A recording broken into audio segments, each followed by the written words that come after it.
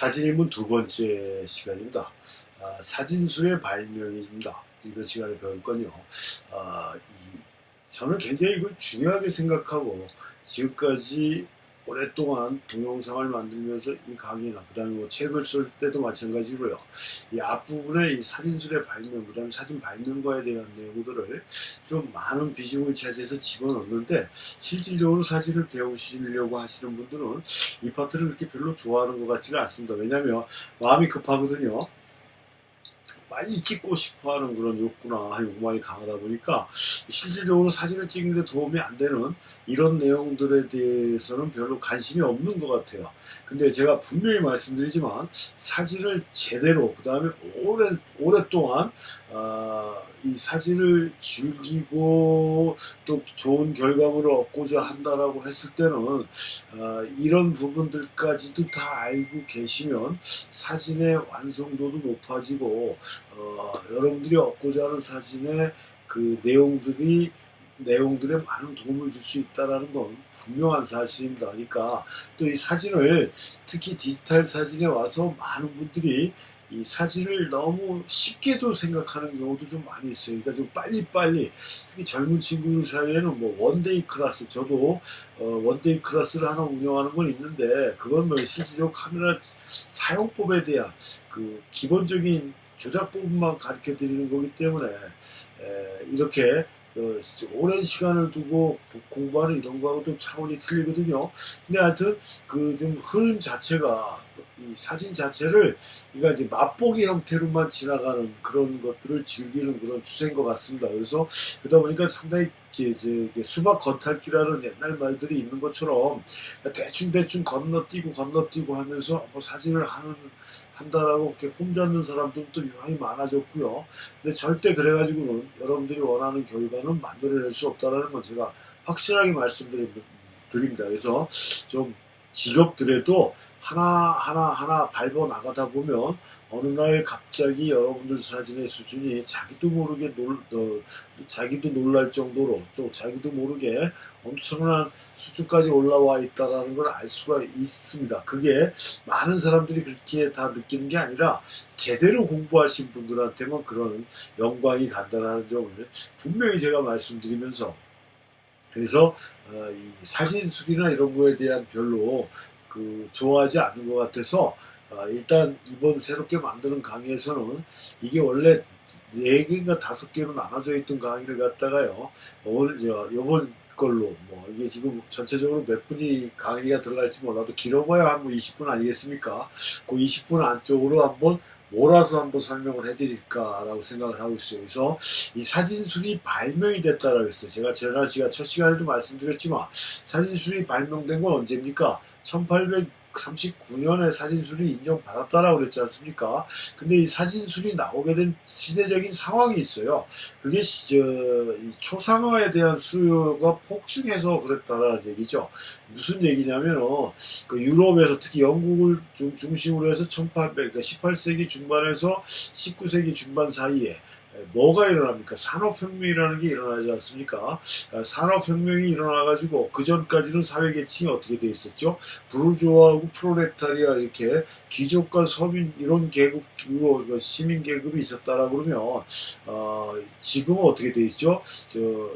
잘 사는 사람, 중산층, 그 다음에 서민 이런 식으로 나눌 수도 있는 그 3단계가 됐지만 전에는 2단계였다라는 얘기예요. 근데 인간한테는 누구나 다 무슨 욕구나 욕망이 있냐면은 자신이 이뻤을 때 아니면 자신의 아름다운 순간을 좋았던 시절을 기록하고자 하는 간직하고자 하는 욕구와 욕망이 있는 것 같다라는 거죠. 그게 언제 어디서 볼 수 있냐면 관광지라든가 봄이면 봄꽃 축제, 가을이면 가을꽃 축제, 우리나라처럼 축제가 많은 나라도 없는데 그런데 가보면 막 그 엄청난 꽃들 앞에서 엄청난 풍광 앞에서 자신들의 얼굴을 찍느라고 정신들이 없지 않습니까?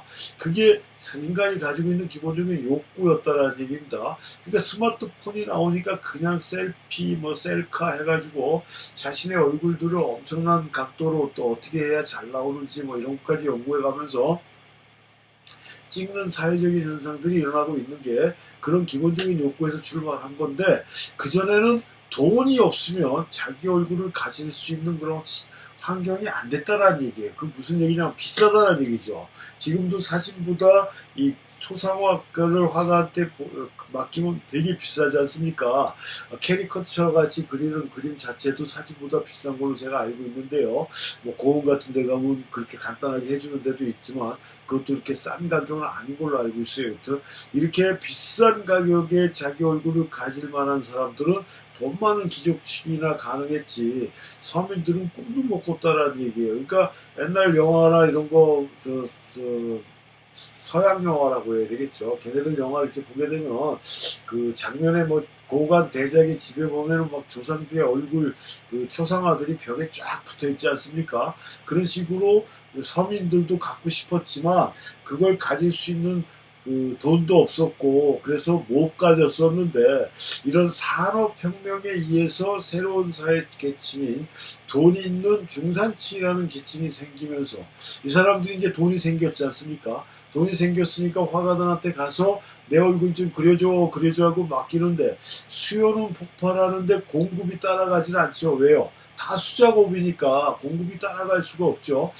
그래서 그 주변에서 그걸 보고 있던 사람들이 산업혁명 당시에 또 사회적인 분위기는 어땠어요? 뭔가 하나 특허를 내든가 발명을 하게 되면 제대로만 한 방 날리면 진짜 떼돈을 벌 수 있는 그런 사회적인 환경이었기 때문에 야 이거를 손으로 그릴 게 아니라 뭔가 도구나 뭐 이런 걸 이용해서 만들어낼 수 있는 방법이 없을까라는 거를 동시다발적으로 유럽 지역에서 연구를 하기 시작하는 사람들이 나왔다라는 얘기예요.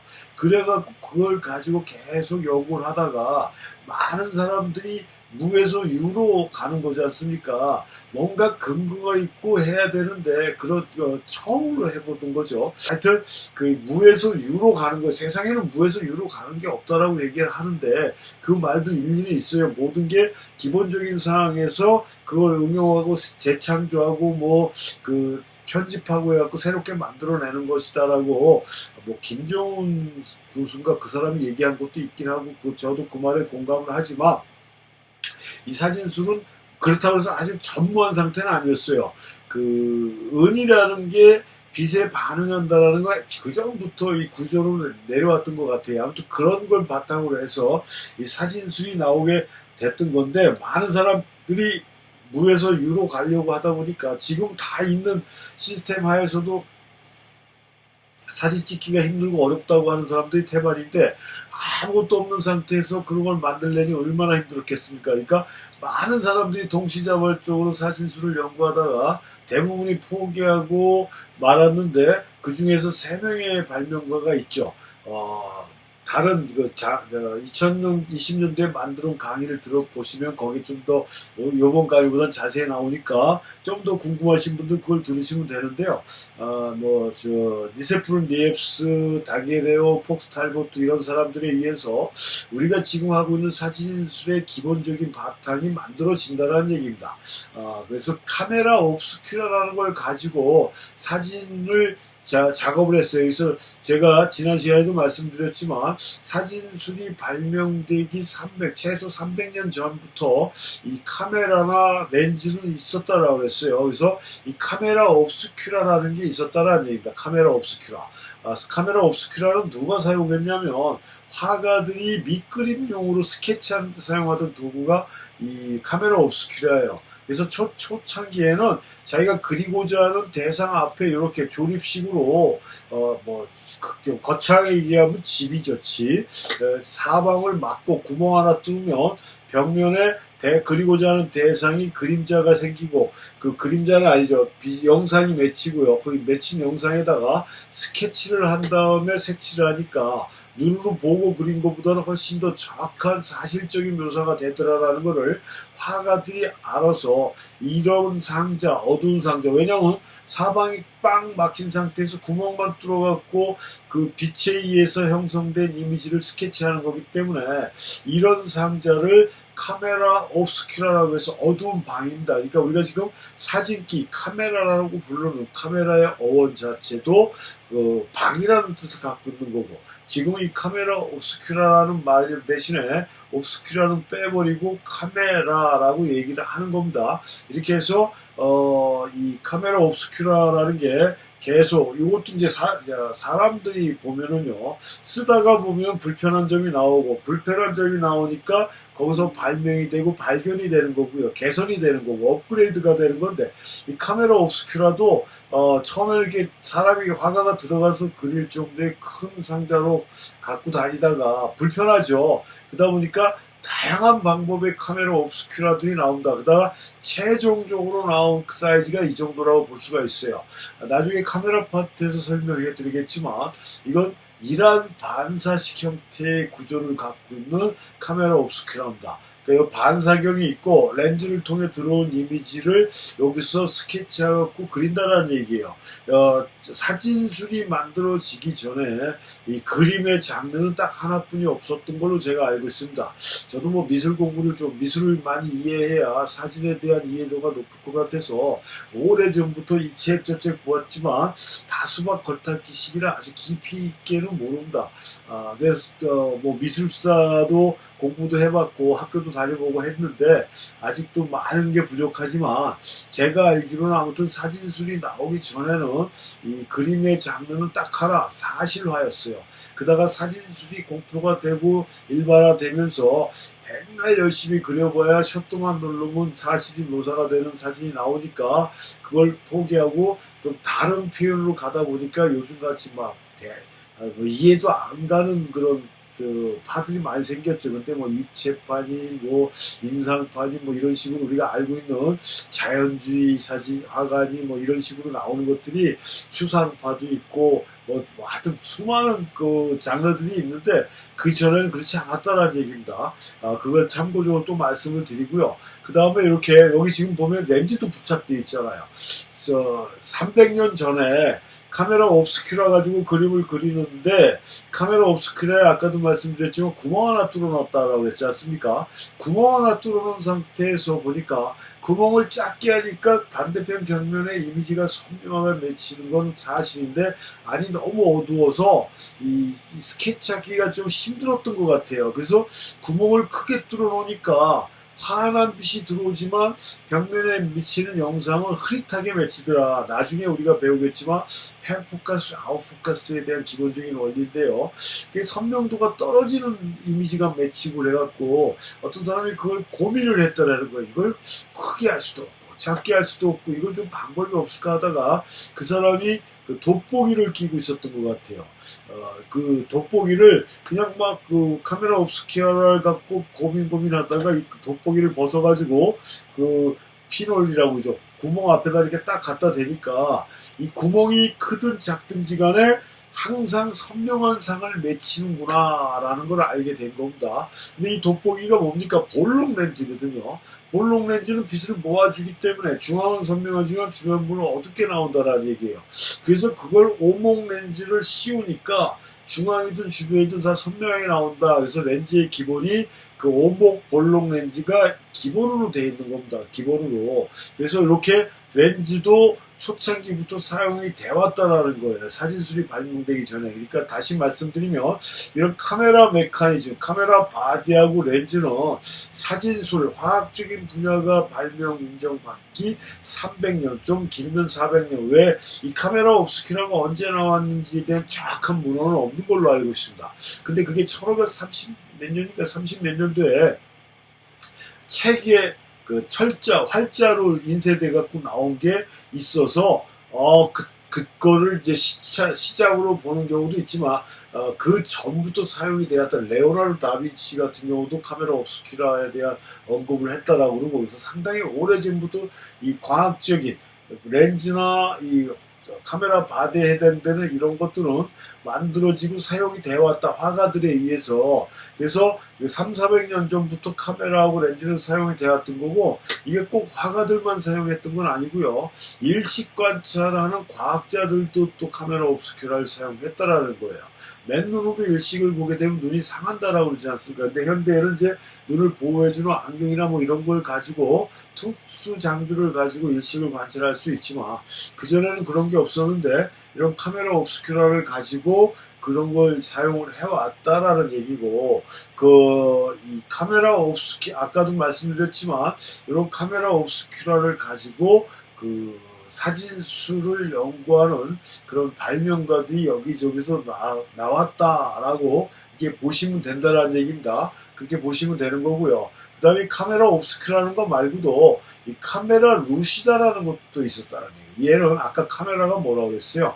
방이라고 그랬지 않습니까? 루시다는 뭡니까? 발달하는 뜻을 갖고 있어요. 그래서 밝은 방인데, 이 어떤 사직고 학회지의 밝은 방이라는 그 타이틀을 갖고 하는 데도 있습니다. 그래서 카메라 루시다는 밝은 방인데요. 지금 이게 이 사람이 화가예요. 이 카메라 루시다가 이렇게 되어 있는 겁니다. 합판 위에 다리에 받쳐놓고 막대기 위에다가 프리즘 하나 달면요. 프리즘을 통해서 이렇게 보면은 그리고자 하는 대상과 밑에 있는 합판이 보인다는 거예요. 그러니까 목축으로 이렇게 따라 그리는 거죠. 그러니까 정밀도 면에서는 카메라 루시다 옵스큐라보다는 좀 떨어지지만 그래도 휴대하기가 편리하지 않습니까? 가지고 다니기가 편리해서 여행 화가라든가 뭐 이런 사람들이 카메라 루시다를 가지고 많은 연구를 했다는 거죠. 그림을 그리고 그랬다라는 거예요. 인물화라든가 풍경화가들이 이 카메라 루시다를 좀 이용했다라는 거예요. 그래서 이 사진술을 연구했던 초창기 사람들은 물론 대체적으로 카메라 옵스큐라 갖고 사용을 했지만 루시다를 사용하다가 거기에서 문제점을 발견하고 사진술에 도전했던 헨리 탈버트라는 영국의 사진 발명가도 있습니다. 그래서 이 두 가지 장비가 사진술 발명에 사용이 되어 왔던 거고 사진술이 나오기 오래전부터 사용되어 왔던 그런 장비들이다라는 얘기고요. 그래서 아까도 말씀드렸지만 초창기 사진 발명가 중에 비공식 세계 최초의 사진 발명가는 조셉 니세프르 니엡스라고 프랑스 사람입니다. 프랑스. 그러니까 공식 사진 발명가는 아닙니다. 근데 이 사람이 빛으로 이미지를 고정시킨 최초의 발명가는 확실합니다.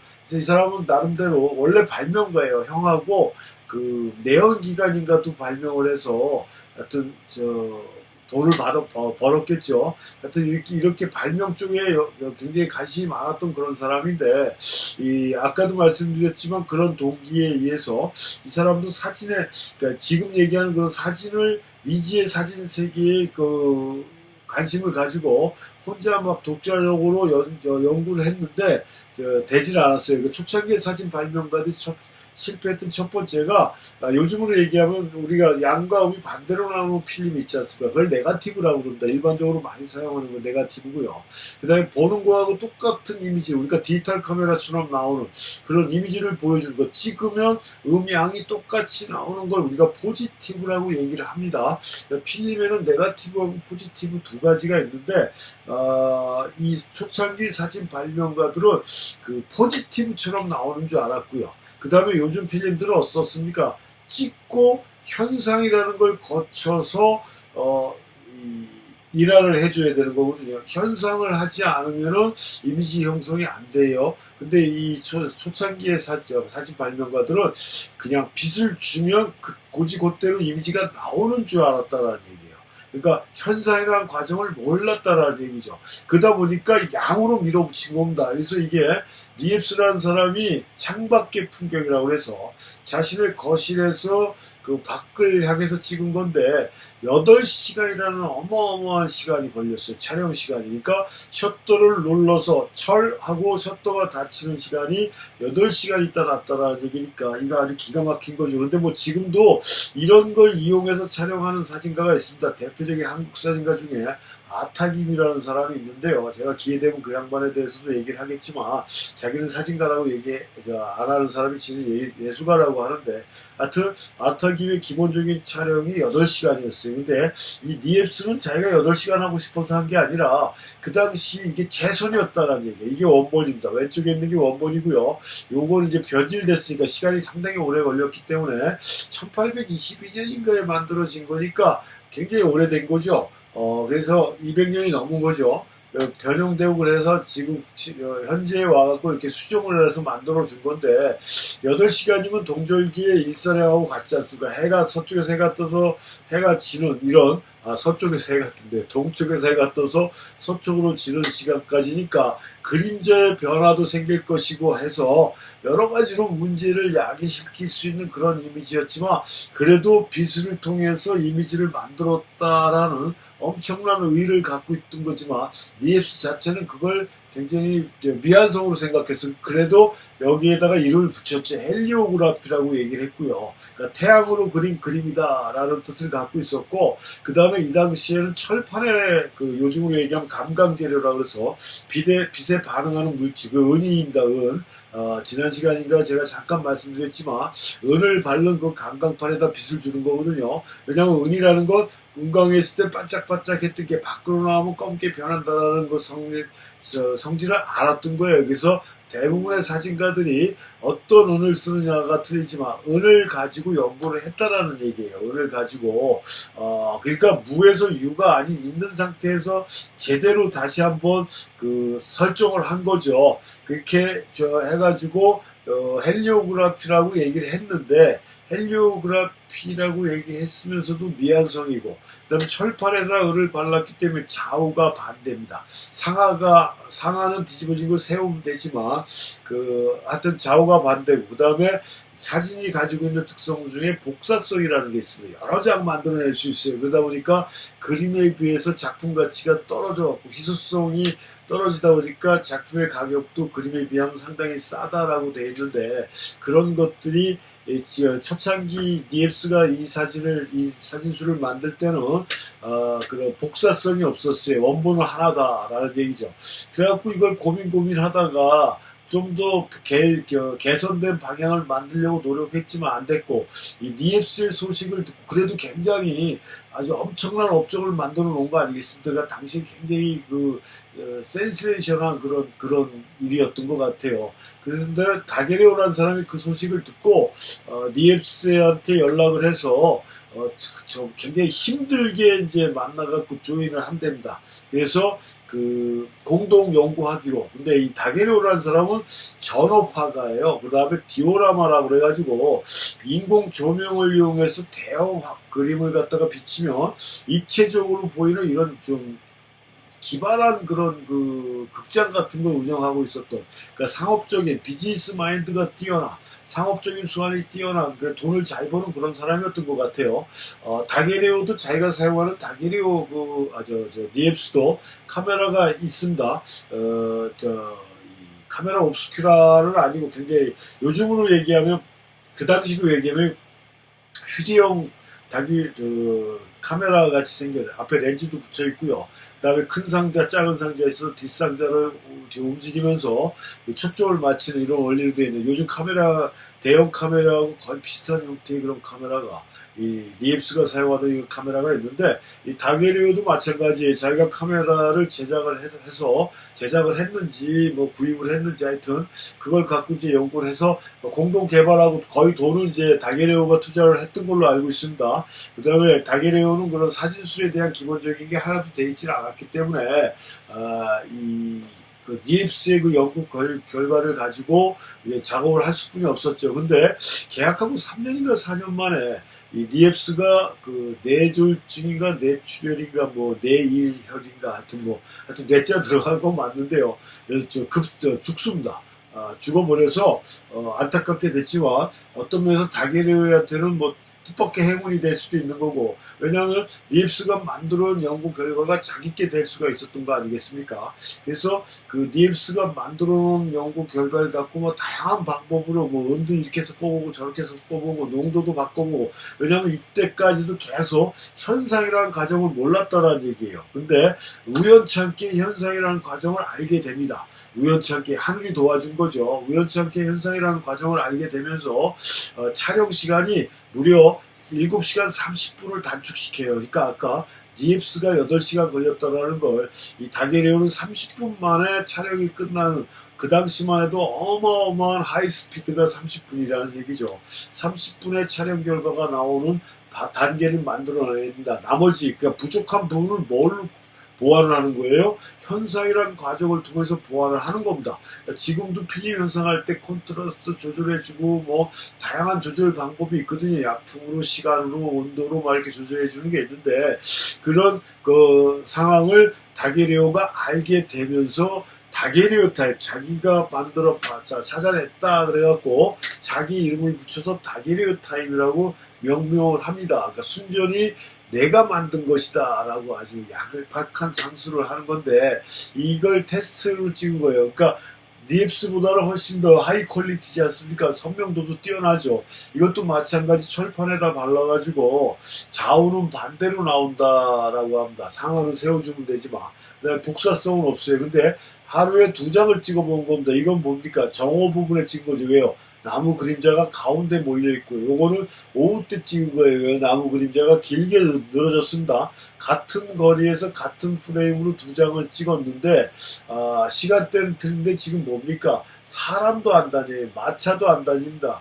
그 정정만 감도는 유령도시 같이 이렇게 나왔다라는 얘기. 그 이유는 뭐예요? 30분 동안에 사람들이 서 있든가 마차가 서 있으면 찍히겠지만 요즘으로 얘기하면 장노출이죠. 장노출이다 보니까 그 다음에 뭐 지금같이 사람이 그렇게 많은 그 시절도 아니었고 그러니까 계속 걸어가고 마차가 달려가고 하다 보니까 그 사람들이 빛에 노출돼서 이미지가 형성될 만한 시간이 없었다라는 거예요. 그러다 보니까 어떻게 됩니까? 빈도시가 만들어진 거고 그런 이유, 원리를 이용해서 많은 분들이 지금도 우리나라 특히 우리나라 분들이 가장 좋아하는 촬영 테크닉 중에 하나가 장노출인데요. 그것도 이제 장노출 파트에서 또 한번 설명해드리겠지만 이런 결과를 만들어낸다는 거예요. 근데 지금 여기 오른쪽에 있는 사진은 지금 좀 화면이 작아서 잘 안 보이시겠지만 이 부분에 세계 최초의 인물 사진이 들어갑니다. 그러니까 거리 스냅이라고 볼 수가 있겠죠.